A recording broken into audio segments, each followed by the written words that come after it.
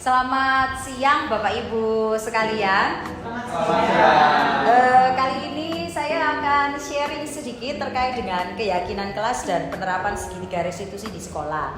Ini merupakan kelanjutan dari yang sudah disampaikan oleh Pak Sas tadi di awal, mulai dari 5 posisi kontrol, hukuman, konsekuensi, dan restitusi. Tadi Bapak Ibu sudah melihatnya juga. Tadi motivasi pribadi ada 3 macam yang sudah dijelaskan sama Pak Sas. Kali ini saya akan sharing kelanjutannya,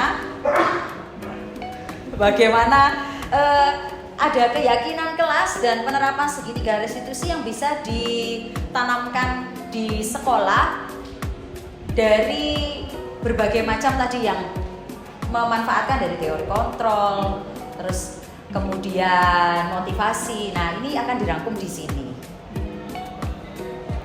Nah, tujuan kita hari ini sharing bersama di sini, belajar bersama untuk menganalisis pentingnya memiliki keyakinan kelas sebagai fondasi dan arah tujuan sebuah kelas yang akan menjadi landasan dalam memecahkan konflik atau permasalahan di dalam sebuah kelas, dan dapat berpikir kritis, kreatif, reflektif, dan terbuka untuk menggali nilai-nilai yang akan dicapai pada peraturan yang ada di sekolah atau kelas kita.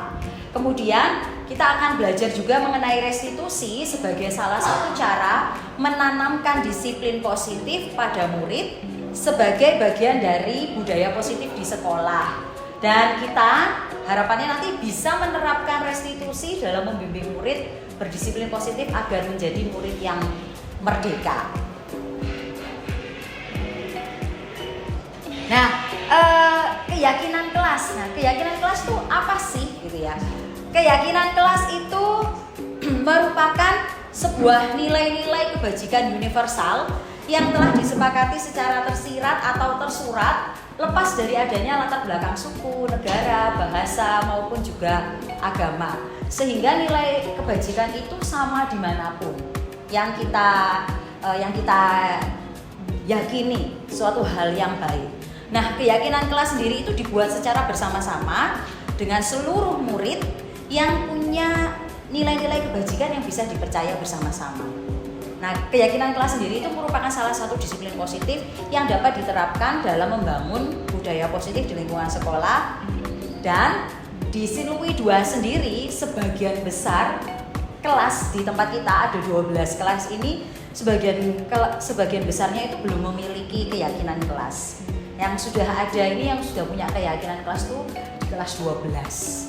Kebetulan ketika saya masuk di kelas 12, yang sudah ada duluan itu adalah kelas 12-2. Itu punyanya Bu Nora. Mungkin juga sebagai praktik baik juga. Nah, ya, sudah setelah saya masuk. Terus setelah itu saya masuk karena ada kelas 12 saja Pak, karena kebetulan saya mengajar di kelas 12, sehingga yang sudah pasti ada kelas 12-2, yang lainnya kelas 12-1, 12-3, dan 12-4. Itu saya bersama dengan Bu Yosa waktu itu bersama-sama untuk memfasilitasi sebenarnya untuk anak-anak membuat keyakinan kelas. Jadi kita hanya memfasilitasi, tapi yang membuat adalah anak-anak sendiri. Nah, nanti harapannya nanti Bapak Ibu sekalian juga bisa membantu untuk bisa terciptanya keyakinan kelas di kelas lain yang belum ada, gitu. Nah, tujuan keyakinan kelas ini adalah yang pertama itu memberi murid kebebasan untuk mengemukakan ide, pendapat, gagasan tentang keyakinan kelas apa saja yang diinginkan secara terbuka dan demokratis. Jadi semuanya terlibat. Kemudian tentu saja bisa mewujudkan disiplin positif yang nantinya bisa menjadi budaya positif, di mana murid itu nanti menjalankan keyakinan kelas yang telah disepakati bersama dengan kesadaran diri tanpa adanya tekanan. Tadi kalau sudah disampaikan di Pak Sas tadi, ada beberapa tabel yang membedakan antara motivasi eksternal sama motivasi intrinsik. Nah, yang kali ini kita akan berusaha bagaimana murid-murid kita, anak-anak kita itu berada di posisi yang intrinsik. Mungkin kalau tadi Bapak Ibu ingat posisi posisi motivasi intrinsik itu ada di bagian apa ya Bapak Ibu tadi?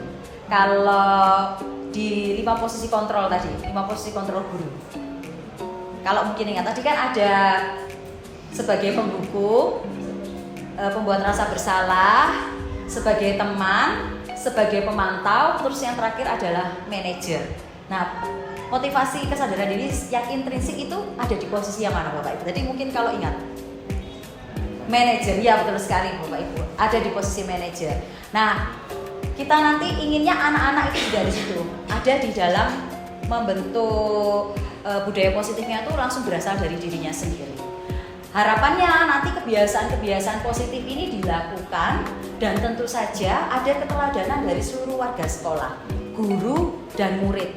Jadi kalau selama ini mungkin kita berpikir bahwa guru yang harus memberi teladan kepada murid, padahal tidak.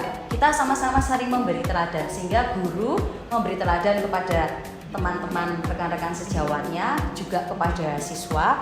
Siswa pun menjadi teladan bagi teman-temannya dia sendiri dan juga bisa menjadi teladan buat kita sebagai bapak ibu guru. Kadang kan mungkin kita sering diingatkan ya sama murid, Pak itu kayaknya kan kemarin nggak boleh Pak, atau Bu itu harusnya kita gini loh Bu. Oh iya.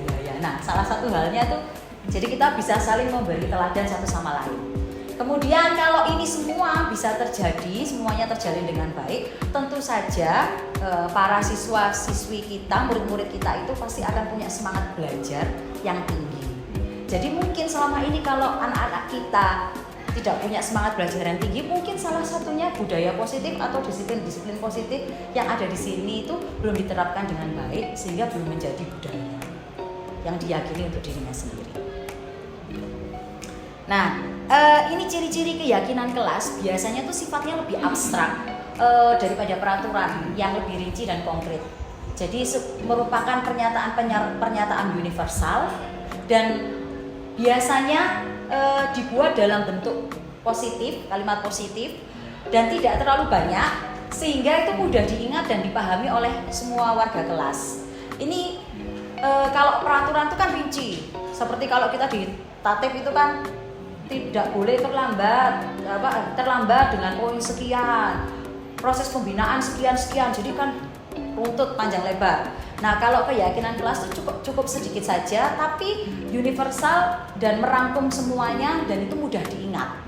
Nah sebaiknya keyakinan kelas itu diterapkan sesuatu yang bisa diterapkan di lingkungan tersebut sehingga kalau mengajak anak-anak membuat keyakinan kelas itu istilahnya apa ya, keyakinan kelas yang ini tuh bisa diterapkan di kelas loh, yang di kelas kamu bisa, jadi nggak usah terlalu melebar wah kayak yang di sana loh, kalau di sekolah sana tuh kayak gini loh Bu, kalau di sekolah situ tuh kayak gini loh Bu, di sekolahmu bisa nggak diterapkan, jadi yang bisa diterapkan. Kemudian semua warga kelas ikut berkontribusi dalam pembuatan keyakinan kelas lewat kegiatan curah pendapat dan dapat ditinjau kembali dari waktu ke waktu. Misalnya keyakinan kelas tersebut semakin bertambahnya waktu tidak reliable dengan keadaan yang sekarang atau tidak cocok dengan sekarang, maka itu boleh dihilangkan dan diganti dengan yang baru. Jadi ditinjau kembali menurut kebutuhan yang ada. Nah, ini pertanyaan untuk kita semua Bapak Ibu. Kira-kira kenapa kok keyakinan kelas bukan peraturan kelas? Mungkin Bapak Ibu ada yang mau menjawab. Kenapa kok keyakinan kelas bukan peraturan kelas? Kira-kira keyakinan kelas sama peraturan kelas beda atau sama Bapak Ibu? Beda. Ini bedanya di mana? Iya. Keyakinan kelas dengan visi misi kelas itu apakah sama? Beda Bu. Kalau visi misi itu kan langsung yang mau dicapai tujuan utamanya. Keyakinan kelas ini salah satu komponen yang bisa dipakai untuk membentuk budaya positif untuk mencapai visi. Itu runtutannya begitu ya Bu. Sampai kira-kira Termasuk misi. Iya, itu jadi keyakinan kelas itu misinya untuk mencapai visinya. Keyakinan kelas ini kan disiplin positif, membangun budaya positif untuk mencapai visi. Kalau mungkin saya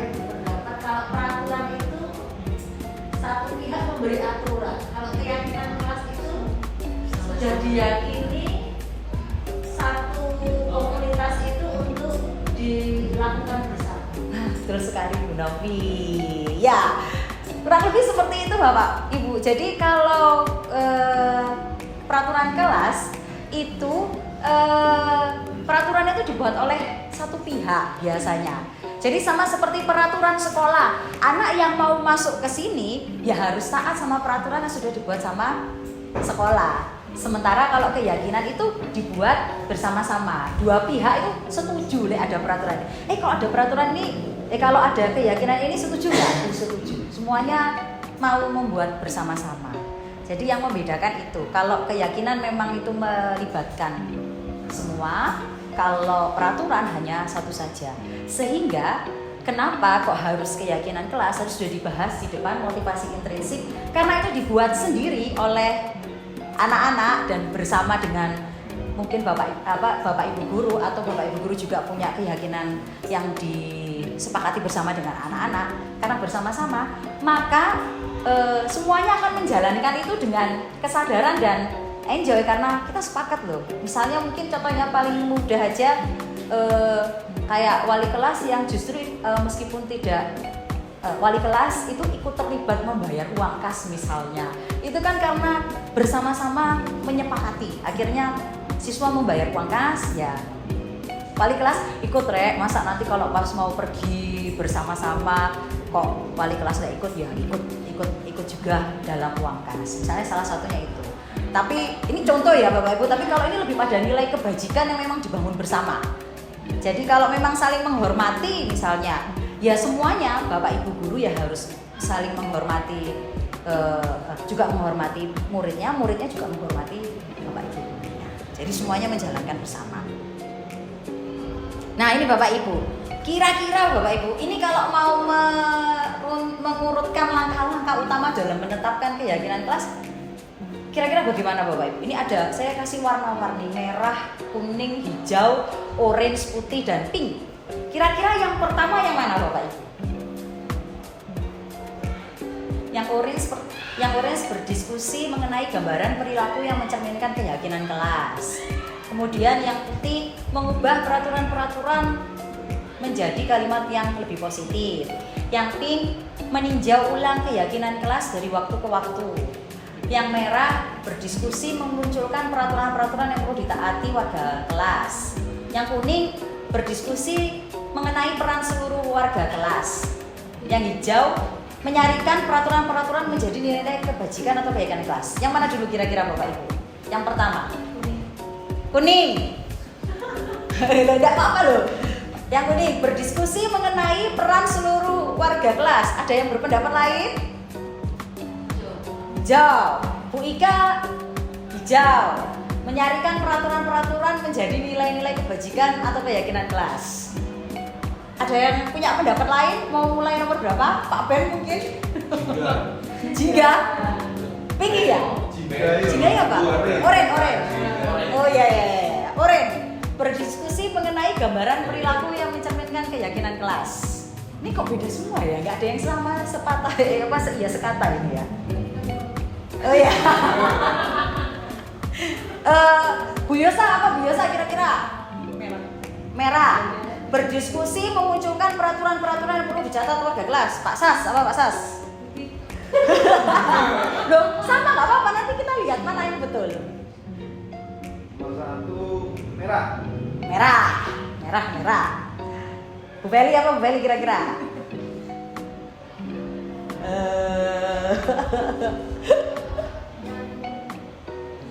Hijau. Oke, hijau ini berarti sama kayak Bu Ika ya. Mari kita lihat nomor satunya ini yang mana? Sebentar. Wah, yang jawab merah. Oke, yang jawab merah ini yang berdiskusi memunculkan peraturan-peraturan yang perlu ditaati warga kelas. Kemudian yang kedua apa kira-kira? Setelah diskusi memunculkan peraturan-peraturan yang perlu ditaati warga kelas, terus apa ini kira-kira? Mana Pak Hidung? Yang Oren. Berdiskusi mengenai gambaran perilaku yang mencerminkan keyakinan kelas. Bu Yusin apa Bu Yusin? Hijau. Bu Novi. Hijau. Hijau. Biasa apa biasa? Orange. Biasa orange. Pak Sas. Apa Pak Sas?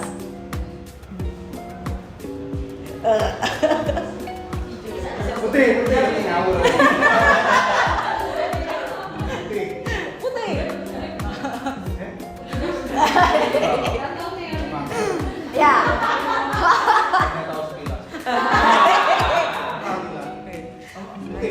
Putih ya. Baik, mari kita lihat. Iya.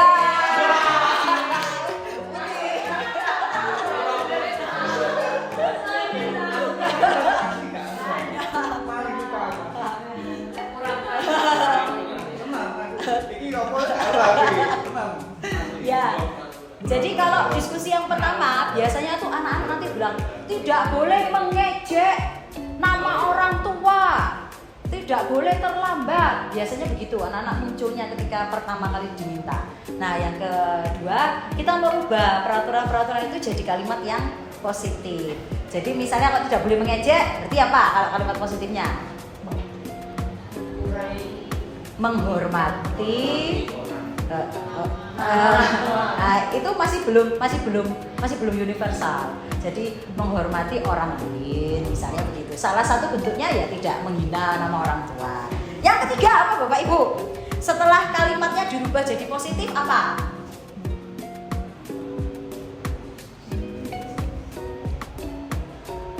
Yang mana ini? Tinggal pink, oranye, kuning, hijau. Hijau. Terus apa? Pak Yus? Hijau. Pak Kidu? Pink. Oke. Pak Ben apa Pak Ben? Aku ditanyain Bu. Iya tak tanya. Pak Ben oranye. Aku bilang, enggak apa aku. Oranye ya Pak? Ya. Tadi apa sih?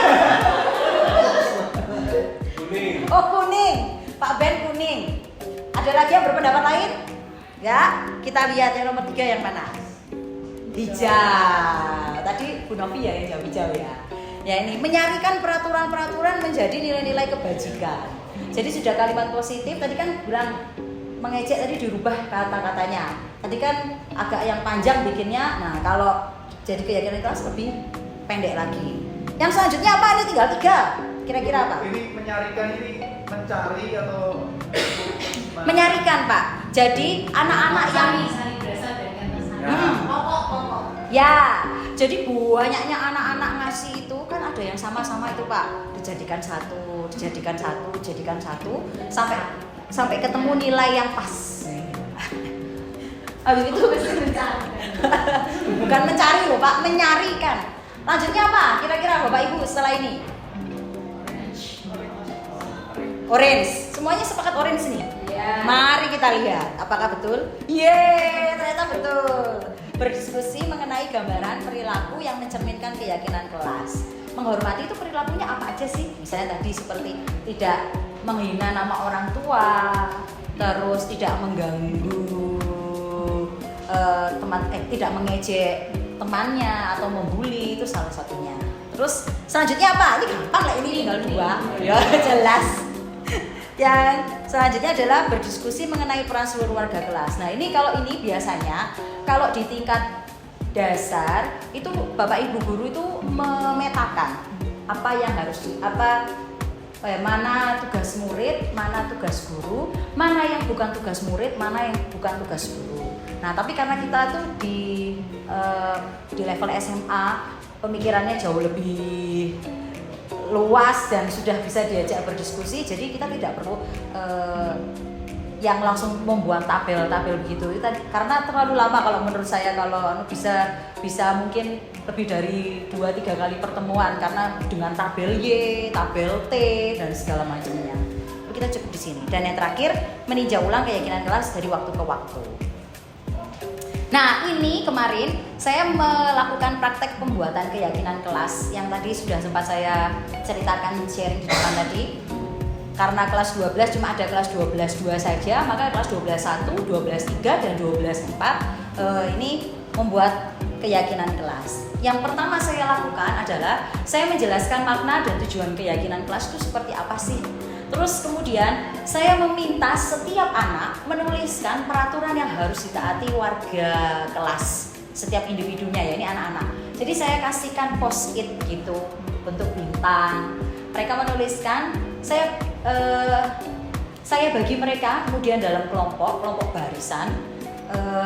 Saya kasih satu lembar kertas buffalo untuk mereka menempelkan berbagai macam pandangannya mereka tentang peraturan yang harus ditaati. Kemudian saya ajak mereka untuk berdiskusi dalam kelompok dan merubah peraturan itu tadi menjadi kalimat positif.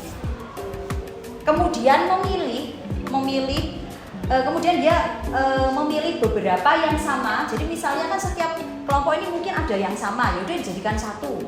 Yang sama dijadikan satu. Kemudian mereka mempresentasikan hasil diskusinya ke depan teman-temannya, setiap kelompok, sehingga didapat banyak sekali. Nah ini tadi, ini salah satunya punyanya kelas 12-3 nih. Ini wali kelasnya siapa nih wali kelasnya? Oh Bu Yustin. Ini ya Bu Yustin. Ini kalau kelas 12-3 ini prosesnya seperti ini. Setelah dari 4 kelompok itu, ketika mereka sudah merubah kalimatnya, ini pun aja merubah kalimat pun meskipun sudah dipandu tetap masuk di sini ada tidak boleh berbicara kotor. Padahal peraturan kan itu kan memang nggak boleh negatif. Nah ini peran Bapak Ibu sekalian ketika menyarikan itu bersama-sama kita menjadikan itu kalimat diubah jadi kalimat positif. Nah ini seperti ini contohnya, ada 12 kemudian hanya jadi 6 yang di sebelah kanan. Ini kami menyarikan bersama-sama dengan anak-anak. Jadi mereka memetakan, oh yang hijau ini punya pola yang sama, bertanggung jawab dalam tutur kata dan perilaku, berkata sopan kepada guru dan orang yang baru ditemui, tidak boleh berbicara kotor, berkata jujur dan bersikap sopan, ramah pada guru. Ya. Kemudian mereka menyepakati bertanggung jawab dalam tutur kata dan perilaku. Kemudian yang biru, tidak tidur di kelas saat guru menjelaskan materi, fokus mendengarkan saat guru mengajar. Nah, ini mereka menyarikan lagi di fokus belajar dan mendengarkan saat pembelajaran. Kurang lebih seperti ini Bapak Ibu. Dan hasilnya ini 6 saja, jadi nggak banyak-banyak. Nah, ini karena mereka buat agak sedikit panjang. Di kelas 12-2 lebih singkat. Bertanggung jawab, peduli, boleh. Jadi satu kata pun itu sudah mewakili semuanya. Cuma mungkin yang seperti ini jauh membuat mereka lebih paham daripada sekedar cuma satu kata karena harus memaknai lagi. Mungkin begitu. Jadi mereka ini dan kita berperan sebagai manajer yang tadi disampaikan oleh Pak Sas. Apa yang disampaikan murid kita nggak boleh, jangan gitu, nggak boleh. Apapun yang mereka sampaikan, mereka tuliskan, kita terima, tapi tetap kita pandu, bimbing supaya mendapatkan hasil yang baik. Ini yang di belakang yang bintang-bintang ini karyanya mereka, tulisan peraturan-peraturan yang mereka buat. Nah, ini setelah mereka saya ajak membuat keyakinan kelas, ini umpan balik dari mereka.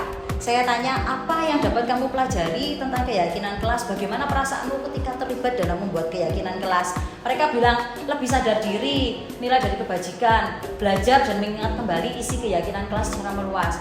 Bisa menjadi pegangan kelas agar menjadi lebih baik dan menjadi lebih tentram ketika memiliki keyakinan kelas. Jadi mereka merasa lebih tentram gitu ya. Terus senang karena unek-unek saya sudah keluar. Nah, ini salah satu proses mengeluarkan unek-unek mereka juga. Kemudian bahwa keyakinan kelas sangat penting untuk menjaga solidaritas kelas. Yang saya pelajari adalah cara membuat keyakinan kelas. Perasaan saya senang bisa ikut dalam membuat keyakinan kelas. Kemudian wajib dilakukan, sangat senang. Ya, saya merasa membuat komitmen juga dalam diri saya sendiri. Yang dapat aku pelajari membuat keyakinan kelas itu dimulai dari yang kecil sehingga dapat dilakukan, lalu perasaanku senang karena pendapatku bisa keluar. Jadi mereka menganggap hal-hal kecilnya itu bisa mereka lakukan, karena tadi yang dari awal yang saya menerangkan bahwa ini bisa dilakukan di sini loh, nggak usah lihat yang sana sini, kelasmu aja. Nah, gitu. Jadi mereka sangat senang ya. Ini beberapa umpan balik dari murid-murid kita. Nah, selanjutnya dari keyakinan kelas itu punya punya kelanjutan yang juga berkaitan dengan restitusi. Dalam penerapan segitiga restitusi, keyakinan kelas itu merupakan salah satu poin penting yang digunakan agar murid bisa memperbaiki kesalahan sesuai dengan nilai kebajikan yang dia percaya dan dia dapat berpindah menjadi orang yang diinginkan. Jadi keyakinan kelas Bapak Ibu sebenarnya mungkin kita pikirnya kayak alah paling cuma komitmen ya wes lah gitu aja, biasa aja. Tapi sebenarnya ini salah satu hal yang bisa kita pakai untuk restitusi dalam membangun anak bisa memperbaiki kesalahan dan tanpa kita melukai, yang seperti tadi katanya Pak Sas, menghukum, kita tidak melukai, tapi ini membangun kesadaran dia dan ini bisa bertahan lama karena dia sepakat dengan itu dan dia tahu bahwa saya harus memperbaiki diri, dan dalam dunia yang berkualitas dia menempatkan dirinya sendiri sebagai orang yang berada di dunia yang berkualitas itu. Jadi tidak menempatkan gurunya lagi atau orang lain, tapi dirinya sendiri. Nah, segitiga restitusi itu dikembangkan oleh pakar pendidikan Diane Gosen yang tadi bolak-balik disebutkan sama Pak Sas, dan berdasarkan teori kontrol Dr. William Glasser. Nah, segitiga restitusi sendiri itu suatu proses dialog Bapak Ibu ya, yang dijalankan oleh guru atau orang tua supaya menghasilkan murid yang mandiri dan bertanggung jawab. Pada saat restitusi, guru berada di posisi manajer yang tadi sudah dijelaskan Pak Sas tadi. Posisi manajer berada untuk meningkatkan motivasi intrinsiknya murid sehingga anak melakukan hal baik berdasarkan dari dirinya sendiri ya. Sehingga penanaman nilai-nilai kebajikan itu dapat tumbuh dan berkembang menjadi suatu kebiasaan positif yang akhirnya membentuk karakter murid. Nah, proses dialog ini terdiri dari 3 langkah yang digambarkan pada ketiga sisi pada segitiga restitusi. Nah, kurang lebih begini Bapak Ibu. Jadi segitiga restitusi yang bagian sisi bawah itu adalah menstabilkan identitas. Ini bisa kita lakukan semua. Jadi ini perannya sebenarnya bukan hanya dilakukan oleh guru BK saja, tapi Bapak Ibu guru semua yang ada di sini itu melakukan proses itu. Menstabilkan identitas. Misalnya kata-kata yang bisa kita sampaikan adalah setiap orang tuh pasti pernah melakukan kesalahan. Kamu bukan satu-satunya kok yang pernah melakukan ini. Saya juga dulu gitu. Jadi oh ya ini oke. Jadi nggak begitu datang langsung apa kok? Aku mari lapo. Hah? Misalnya kayak begitu. Ini tapi oke. Nah, kemudian yang kedua, yang sisi yang miringnya adalah validasi tindakan yang salah. Nah, kita mulai bertanya, kamu tentu punya alasan kenapa melakukan itu. Kira-kira adakah cara yang lebih efektif untuk mendapatkan apa yang kamu butuhkan? Nah, kemudian yang sisi yang satunya lagi, menanyakan keyakinan. Nah, ini tadi yang saya bilang salah satu poin penting dalam menetapkan segitiga restitusi. Nilai-nilai apa yang telah kita sepakati? Kemudian, kamu ingin menjadi orang seperti apa? Nah, itu sesuai dengan keyakinan kelas yang tadi mereka tulis. Nah, itu membantu kita sekali. Kan kamu yang kemarin keyakinan kelasnya seperti apa? Kan itu mereka yang buat. Jadi, dia punya tanggung jawab moral untuk melakukan itu karena dia sendiri yang buat. Lebih begitu Bapak Ibu. Nah, ini saya akan tunjukkan bagaimana guru pada posisi manajer dalam penerapan segitiga restitusi.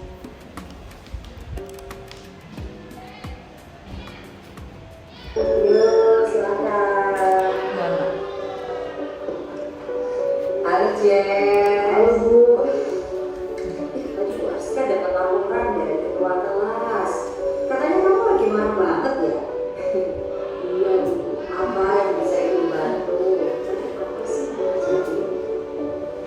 Wah, jengkel banget aku Bu. Jengkel banget. Marah padamu.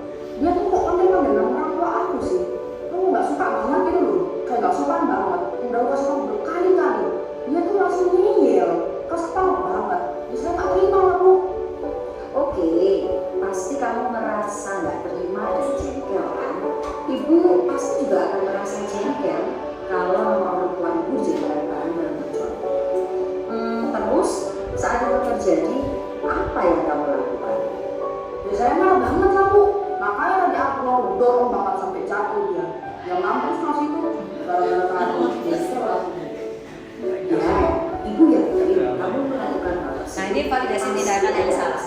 tanya alasannya. Ya iyalah Bu, masa saya diam aja waktu nama orang tua saya kita lucu.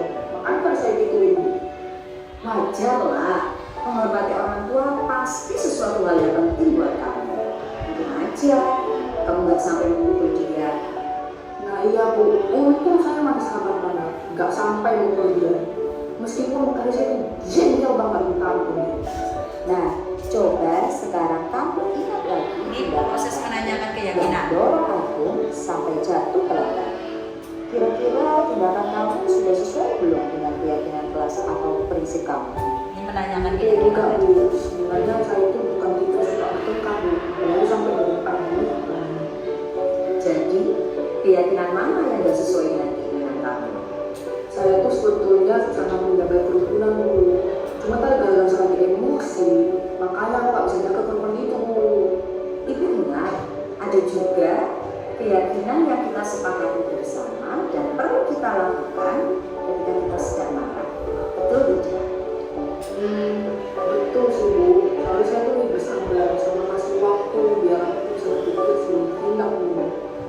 Sekarang, kamu mau nggak memperbaiki masalah ini? Nah, ini menawarkan restitusi. Iya Bu, mau. Kira-kira hal apa yang bisa kamu lakukan untuk memperbaiki masalah ini? Seharusnya aku nemuin Agung, terus aku tuh mau nyampain juga kalau aku gak nyaman sama ujian dia. Sekalian mau minta maaf juga sama aku gara-gara ujian tadi. Setelah kamu melakukan hal itu, kira-kira kamu akan jadi orang seperti apa? Saya jadi lebih bertanggung jawab, jadi lebih bersabar Bu.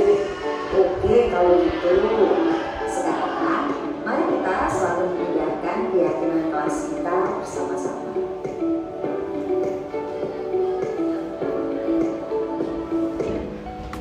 Ya.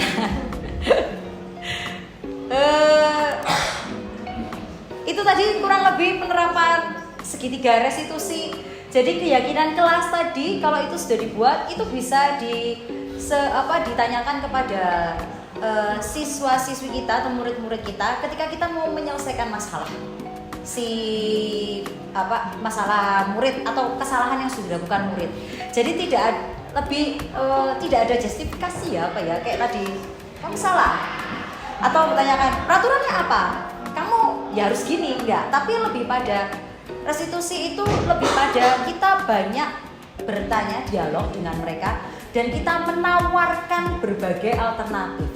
Jadi menawarkan alternatif tapi pilihan atau apa yang mau dia lakukan itu ditetapkan atau dipilih sendiri oleh murid. Kita nggak boleh menentukan.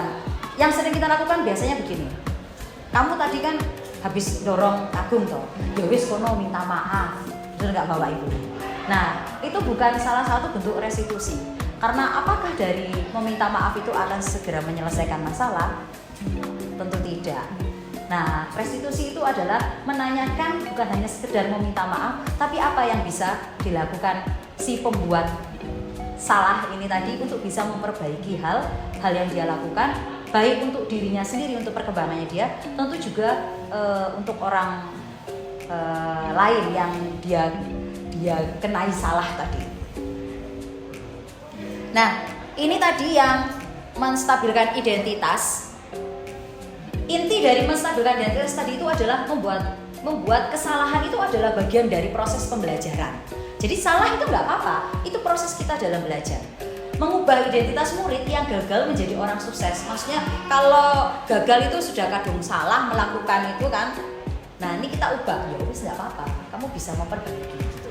Kemudian yang ketiga, jangan mengkritik murid yang sedang mengalami identitas gagal. Iki wis salah, ya, ini sudah salah, tapi sih tetap kamu sih. Nah itu tambah lebih gitu ya kan. Jadi kita tidak mengkritik itu. Kemudian ini contoh-contoh pengajuan pertanyaannya, misalnya berbuat salah itu wajar, tidak ada manusia yang sempurna, saya juga pernah melakukan kesalahan seperti itu, kita bisa memperbaiki masalah ini kok. Saya tidak akan mencari siapa yang salah, tapi kita fokus memperbaiki masalahnya. Atau apakah kamu sedang menjadi orang yang baik untuk dirimu sendiri? Ketika kamu melakukan hal itu, kamu baik nggak untuk dirimu sendiri? Yang kedua, validasi tindakan yang salah. Nah di sini setiap perilaku itu berupaya memenuhi suatu kebutuhan. Jadi ada 5 kebutuhan dasar manusia yang dimana ketika orang itu melakukan sesuatu itu untuk memenuhi kebutuhannya. Misalnya dia menghina anak tadi, kok contohnya itu tadi dia mendorong si temannya itu tadi, mungkin bisa jadi ketika dia bilang yo aku mosok aku rek misalnya ya aku ki awak dhewe ngene iki mosok dihina kok diem aja, ya enggak lah, aku bisa melawan itu. Nah itu bisa jadi sebagai pemenuhan kebutuhan akan penguasaan misalnya. Nah itu jadi setiap tindakan selalu ada di baliknya untuk memenuhi kebutuhan apa. Nah guru akan bergeser dari pemikiran stimulus respon, ini tadi yang normal tadi, peraturan konsekuensinya apa. Dari peraturan kalau berbuat salah harus melakukan apa. Ini yang tadi katanya Pak Sas itu di posisi netral tadi ya, stimulus respon, menjadi proaktif mengenali tujuan dari setiap tindakan. Kemudian yang ketiga, pernyataan atau pertanyaan yang disampaikan dengan nada suara tidak menghakimi sehingga mengembalikan murid pada posisi yang positif. Ini tadi kalau yang kita proaktif menggali tujuannya dari setiap tindakan, itu jadi kita tidak akan hanya sekedar melihat kesalahan yang mereka lakukan, tapi oh ya sampai begini. Nah, mungkin kasus-kasus yang kita jalani sekarang yang murid-murid pindahan itu salah satunya ini penerapan restitusi. Kita nggak langsung nggak bisa. Tenang, salah kamu. Ini membuat jelek nama sekolah. Enggak gitu, tapi kita menggali mengapa melakukan itu. Nanti bisa mengajukan pertanyaan, kamu bisa saja bertindak lebih gegabah dari ini. Kamu pasti punya alasan kenapa melakukan ini. Kamu melakukannya karena kamu mempertahankan sesuatu yang penting bagimu. Kamu bisa mempelajari suatu perilaku baru yang lebih efektif. Maukah kamu mempelajarinya? Nah, ini yang ditanyakan atau pernyataan yang bisa kita sampaikan. Nah, yang ketiga, ini adalah sisi yang ketiga ini adalah menanyakan keyakinan. Nah, teori kontrol menyatakan bahwa kita itu pada dasarnya termotivasi secara intrinsik dari dalam ya. Ketika identitas sukses telah tercapai. Langkah yang pertama tadi, kemudian dan tingkah laku yang tingkah laku yang salah telah divalidasi pada langkah yang kedua, dan maka anak akan siap untuk dihubungkan dengan nilai-nilai yang dia percaya dan berpindah menjadi orang yang diinginkan. Nah, pada saat menanyakan keyakinan ini Bapak Ibu harus dipastikan bahwa yang sisi satu sama sisi yang kedua tadi ini harus terpenuhi dulu. Karena kalau yang dua ini belum terpenuhi, kita nggak akan bisa menanyai keyakinannya apa. Karena kita belum tahu sebabnya anak ini melakukan hal itu tuh apa. Terus membangun rasa positif di dalam diri anak itu belum terbentuk. Karena pada dasarnya ketika kita tidak melakukan menstabilkan identitas, justru anak tidak akan terbuka untuk menjelaskan mengapa sampai melakukan hal itu. Bayangkan saja Bapak Ibu, kira-kira ya Bapak Ibu ya, ini kita ketika tadi bersama dengan Jessie tadi, terus ketika bertemu dengan saya langsung bilang, kenapa kamu kok dorong si Agung sampai jatuh? Wah, kamu loh cewek kok kayak gitu, masa dorong cowok misalnya kayak begitu. Dengan yang seperti tadi, kenapa dia bisa dibantu? Kira-kira posisinya Jessie ini mau mengungkapkan ceritanya dia tentang kenapa dia sampai mendorong si Agung itu di posisi yang mana Bapak Ibu kira-kira? Yang pertama apa yang kedua? Yang pertama tadi ketika datang, kamu kenapa kok dorong Agung? Kamu loh cewek kok malah dorong Agung, cowok loh dorongi. Nah, itu yang pertama. Atau yang kedua, kenapa? Kok kamu kok gitu tadi, kok saya dengar kamu mendorong Agung. Nah, kira-kira anak akan lebih terbuka yang di mana? Yang pertama apa yang kedua? Nah, yang kedua. Maka posisi menstabilkan identitas itu sangat penting supaya nanti kita bisa jalan yang di langkah yang kedua untuk mengetahui penyebab tingkah lakunya. Nah, setelah tahu penyebab tingkah lakunya, ya kita baru bisa menanyakan keyakinannya. Iya Pak Sas ya? Kalau ya, jadi kalau sisi 1 sama sisi 2 ini tidak terlaksana, Bapak Ibu jangan harap kita bisa bertanya keyakinan anaknya. Karena sudah dari depan pasti anak akan defense, nggak akan mau cerita gitu. Ya jadi 1, 2 ada dulu, baru 3 ada. Nah yang bisa kita lakukan untuk yang di sisi yang ketiga ini tadi yang menanyakan keyakinan. Yang pertama, apa yang kita percaya sebagai kelas atau keluarga. Terus kemudian yang kedua, apa nilai-nilai yang telah kita sepakati. Yang ketiga, seperti apa sih bayangan kelas yang ideal bagi kamu. Kemudian yang keempat, kamu mau jadi orang seperti apa. Tadi kalau di video yang sebelumnya saya menanyakan kepada Jessie, menurutmu keyakinan, apakah tindakanmu sesuai nggak dengan keyakinan kelas? Dan kita menggali mana keyakinan kelas yang nggak sesuai menurut dia. Dan seharusnya kamu maunya seharusnya kamu seperti apa? Kamu seperti itu kah? Kan dia tadi bilang, saya sebenarnya sangat menghargai orang lain Bu, tapi karena saya cengkel banget, makanya saya dorong itu si Agung, ya kan? Kita tadi Jessie-nya bilang kayak gitu. Ini proses yang di sini kita menanyakan keyakinan. Nah, hal-hal yang perlu diperhatikan dalam penerapan segitiga restitusi Bapak Ibu, yang pertama, perilaku yang salah itu perlu dikaitkan dengan nilai-nilai dan keyakinan yang telah disepakati atau dituju, dikaitkan. Kemudian yang kedua, ada kesediaan dari orang yang melakukan kesalahan untuk memperbaiki kesalahan. Kalau dalam restitusi, kita menyatakan itu sebagai restitusi, tapi tidak ada kesediaan dari orang yang melakukan kesalahan untuk memperbaiki kesalahannya, berarti sebenarnya itu bukan restitusi. Karena anaknya nggak bersedia kok, jadi bukan restitusi. Yang membuat kesalahan harus bersedia untuk memperbaiki kesalahannya. Dan yang ketiga, itu pemecahan masalah sebisa mungkin relevan atau memiliki hubungan dengan masalah yang ada. Jadi harus relevan, dia berbuat salahnya seperti apa ya, apa yang harus dia lakukan. Sama seperti tadi Jessie, kamu bisanya melakukan apa setelah ini? Jessie kan tadi bilang akan lebih menghormati, terus kemudian sekaligus meminta maaf, ya kan. Jadi nggak hanya sekedar minta maaf, tapi ada yang lainnya, relevan. Yang keempat, perlu adanya usaha perbaikan dari pihak yang berbuat salah. Jadi ya yang berbuat salah ya harus berusaha, nggak bisa kalau nggak berusaha gitu ya. Yang terakhir, perlu dedikasi waktu dari pihak yang berbuat salah. Jadi kita harus menanyakan kapan mulai melakukan usaha memperbaiki masalah gitu ya. Jadi ada 4 poin yang saya kasih bold gitu loh Bapak Ibu. Dikaitkan dengan nilai-nilai atau keyakinan-keyakinan, kemudian ada kesediaan, kemudian relevan, yang keempat ada usaha, dan yang kelima waktu. Begitu. Jadi ada 5 hal yang perlu diperhatikan dalam segitiga restitusi. Nah, kira-kira Bapak Ibu, ini perlu atau tidaknya penerapan segitiga restitusi itu, apakah kita harus selalu menerapkan segitiga restitusi dalam setiap permasalahan yang terjadi?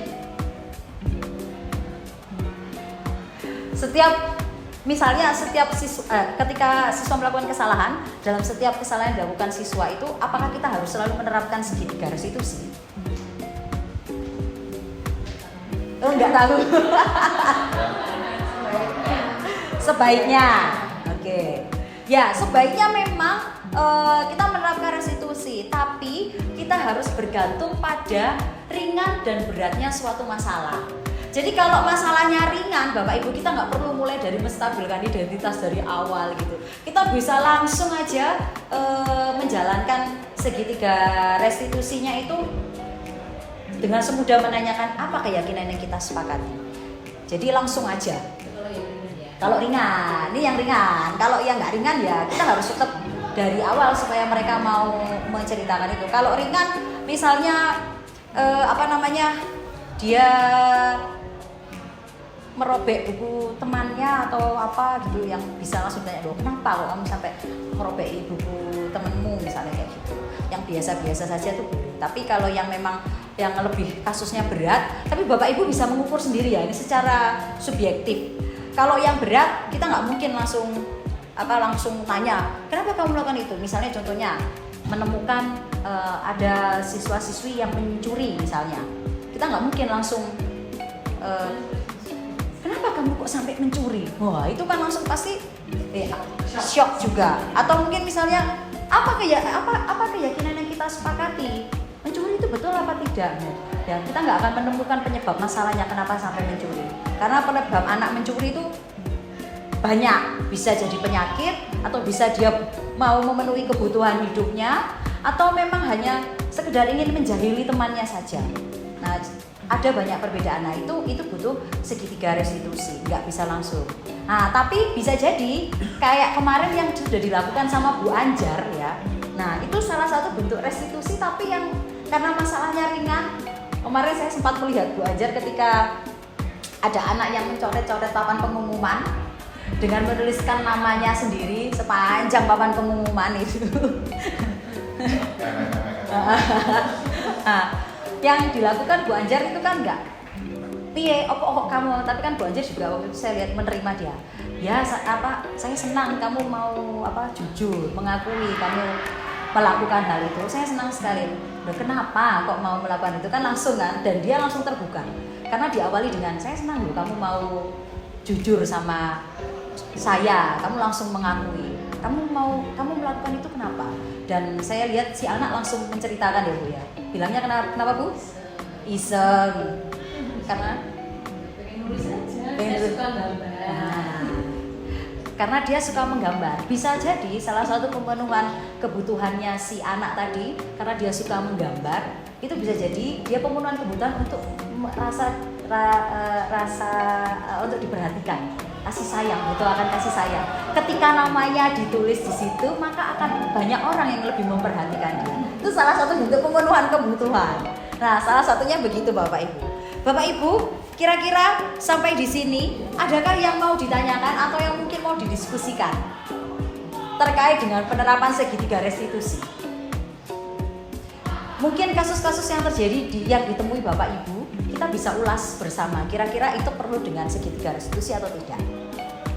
Ini ya Ibu, monggo. Saya di pagi kan ada perwali yang bullying di kelas.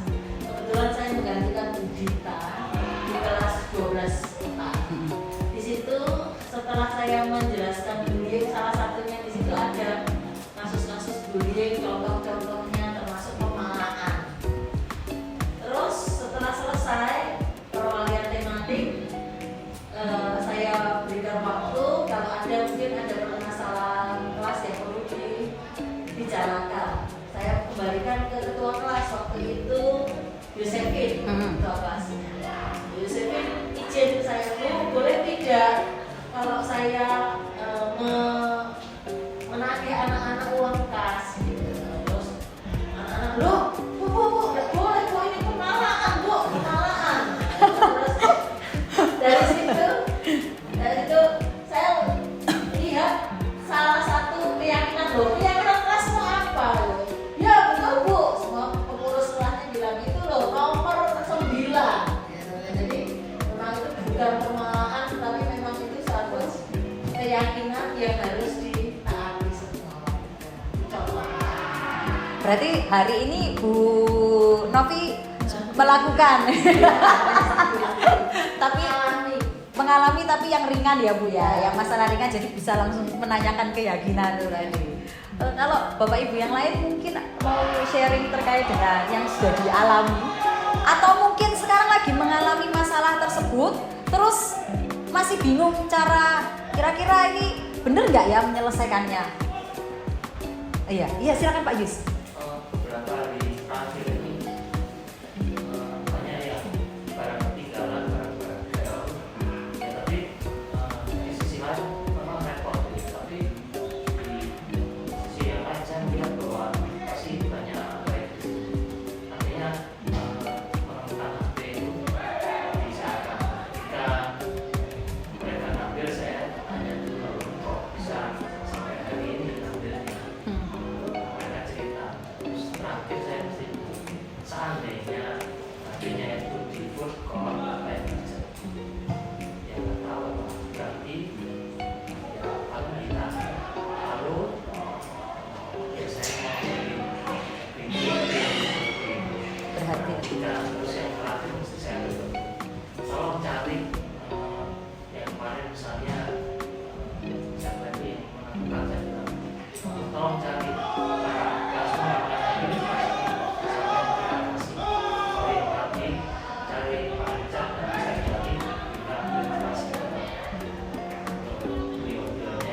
enggak ya sudah nggak tahu. Itu apakah masuk di sini atau masih belum? Yang bagian yang terakhir itu Pak, yang belum masuk di dalam restitusi. Karena Pak Yus yang menyarankan.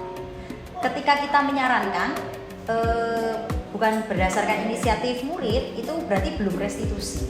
Tapi ketika misalnya merubah Pak bahasanya yang tadi, kira-kira ini kan tadi ini loh HPmu bisa sampai ketemu, ini kan ditemukan sama Pak Rica, misalnya begitu. Kamu mau melakukan apa? Nah, kita membalik. Sebenarnya kita sudah tahu jawabannya, tapi kita membalik itu supaya itu menjadi ya inisiatifnya dia bahwa ini yang harus saya lakukan. Kalau tadi misalnya Pak Yus, kamu cari Pak Richard sana, kamu bilang terima kasih karena HPmu sudah ditemukan. Nah itu bukan bentuk restitusi karena kita yang memberikan solusi. Kalau yang anak itu anak yang langsung memunculkan, gitu Pak kurang lebih. Ada lagi Bapak Ibu yang mungkin di-sharingkan? Ini saya masih punya waktu 8 menit lagi. Iya.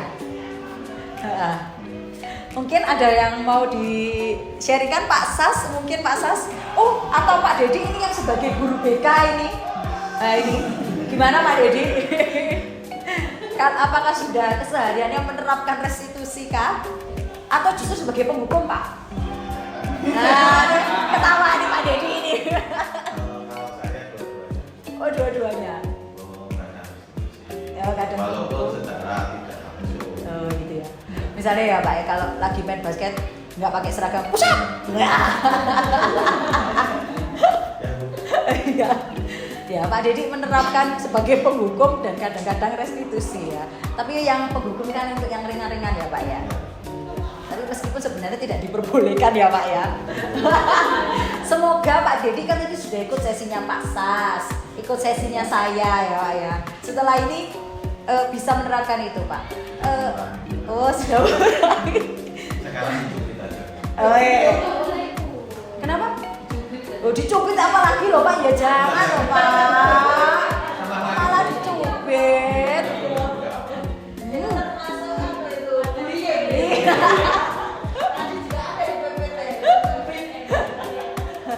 Itu sama seperti sebenarnya ya Bapak Ibu kita belajar.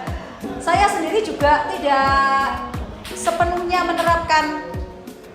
menerapkan apa proses restitusi dalam setiap hal yang saya lakukan dalam melihat kesalahan anak-anak ya, tapi kita berproses bersama. Ini juga pengalaman baru buat saya juga dan belajar sama Pak Didik juga. Jadi kita sering kalau misalnya Pak Didik lagi nih pusat penghukum karena kebetulan saya sama Pak Didik bareng-bareng PMM-nya Pak Didik ngambil disiplin positif, materinya sama juga seperti ini.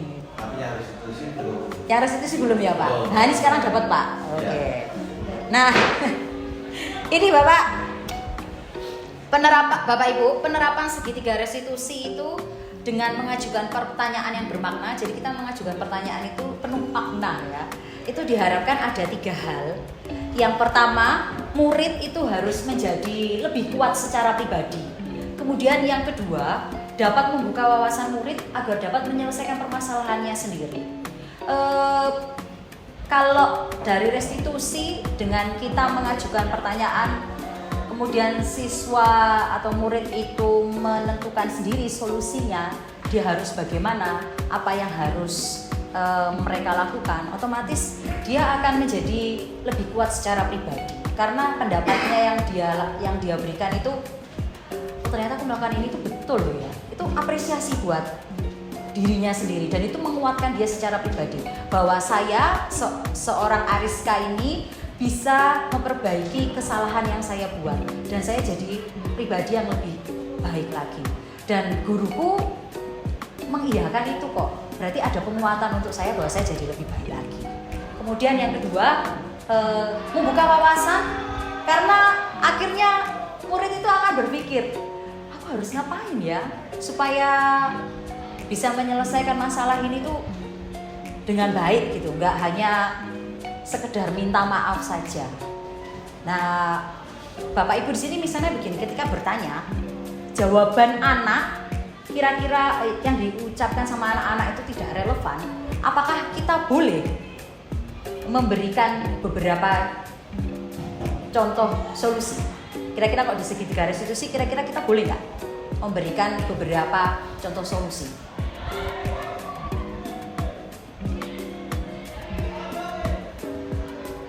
Boleh nggak Bapak Ibu? Contoh solusi? Boleh, iya boleh. Kenapa kok boleh Bu? Alternatif itu kita tawarkan ke mereka, tapi keputusannya di pihak siswa. Betul sekali Bu. Ya betul sekali. Jadi keputusannya itu ada di pihak mereka. Sehingga ada poin yang ketiga tadi ini, murid menjadi semakin percaya diri dan mandiri karena dia punya keputusan memilih sendiri. Oh ini aku sendiri, nggak disuruh orang lain. Lebih mandiri, lebih percaya diri dan akhirnya dia lebih merdeka. Merdeka itu yang katanya Romo Paulus itu bebas dari, kemudian bebas untuk, ya bebas dari bebas dari kesalahan yang jelek-jelek tadi dan bebas untuk melakukan hal yang baik. Nah itu yang ada di situ Bapak Ibu. Ya kira-kira sampai sini ada yang mau ditanyakan? Ternyata saya masih punya waktu. Ada lagi Bapak Ibu? Nanti ini mungkin kaitannya ini tadi Bapak Ibu, kita yang belajar posisi manajer tadi. Posisi manajer itu tadi kalau Pak Sas bilang tadi milik muka itu katanya netral. Mukanya netral. Jadi ketika proses restitusi kita tidak menghakimi, terus tidak senyum-senyum, nggak gitu, tapi netral. Bahwa ini ketika ya kita perlu menyapa, membuka sesuatu hal yang baik dengan senyuman, ya kita memberikan senyuman. Mengapresiasi suatu hal yang baik, kita perlu memberikan senyuman, ya kita kasih senyuman. Tapi nggak semuanya terus kita senyum terus, ini mikir orang gila. Ya senyum. Tapi ketika dia berhasil menentukan sesuatu pilihannya, ya kita juga bisa dengan ekspresi, sip, bagus, kamu sudah melakukan itu dengan baik. Misalnya seperti itu Bapak Ibu. Iya Pak. Karena saya bercanda kok biar serius sama mereka. Ya. Sulit juga. Oh iya ya Pak. Mungkin Pak berarti lebih latihan mimik ini ya Pak ya. Tapi waktu ketika bercanda terus dianggap serius, Pak Yus menjelaskan maknanya kan ya Pak Yus, maksudnya dijelaskan nggak kena kita sih kenapa, terus akhirnya supaya nggak terjadi miskonsepsi gitu Pak. Terus siapa yang cuma Oh ya. Bariska mau tanya. Iya Pak, monggo Pak. Saya tunggu ini Pak. Mana Pak? Ya, kalau dalam segitiga restitusi itu kan keyakinan kelas itu kan penting untuk ditanyakan. Nah, saat kelasnya itu belum ada keyakinan kelas itu bagaimana? Apakah itu menjadi masalah dalam proses segitiga restitusi atau tidak?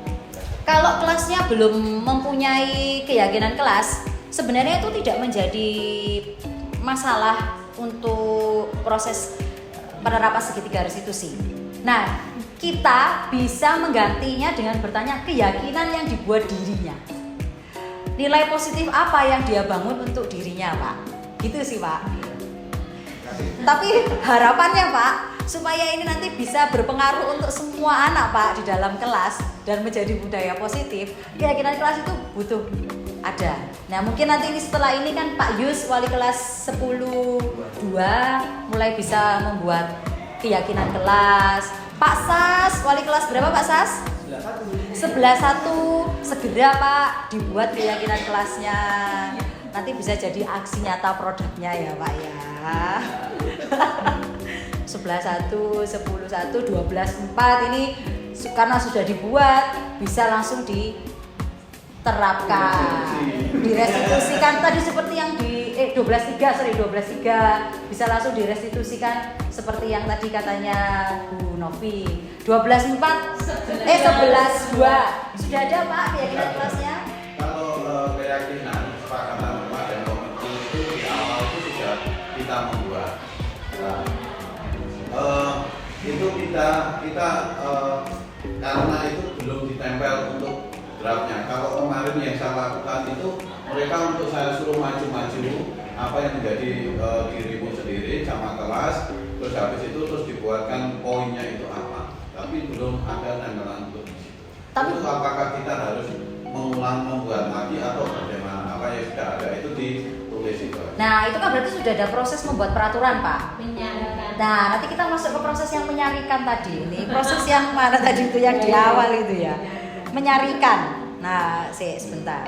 Nah, ini Pak. Ini berarti Pak Dedi itu sudah masuk sampai di tahap yang nomor 2. Sekarang tinggal yang di tahap nomor 3, 4, 5, dan 6-nya, Pak. Ternyata masih banyak ya, Pak ya. Kalau itu sudah nomor 3 sudah. Menyarikan. Yang nomor 4 itu sudah. Loh, Sudah semua. Bu. loh, Pak, beda loh Pak antara peraturan sama keyakinan kelas. Enggak, sudah jadi keyakinan. Yakin. Bagaimana bisa kalau dia itu seperti contohnya kalau dia itu malas belajar, dia merubah kata-kata itu dengan rajin belajar. Nah, kira-kira Bapak Ibu, kalau tadi rajin belajar itu termasuk salah satu bentuk nilai kebajikan di keyakinan kelas atau masih peraturan?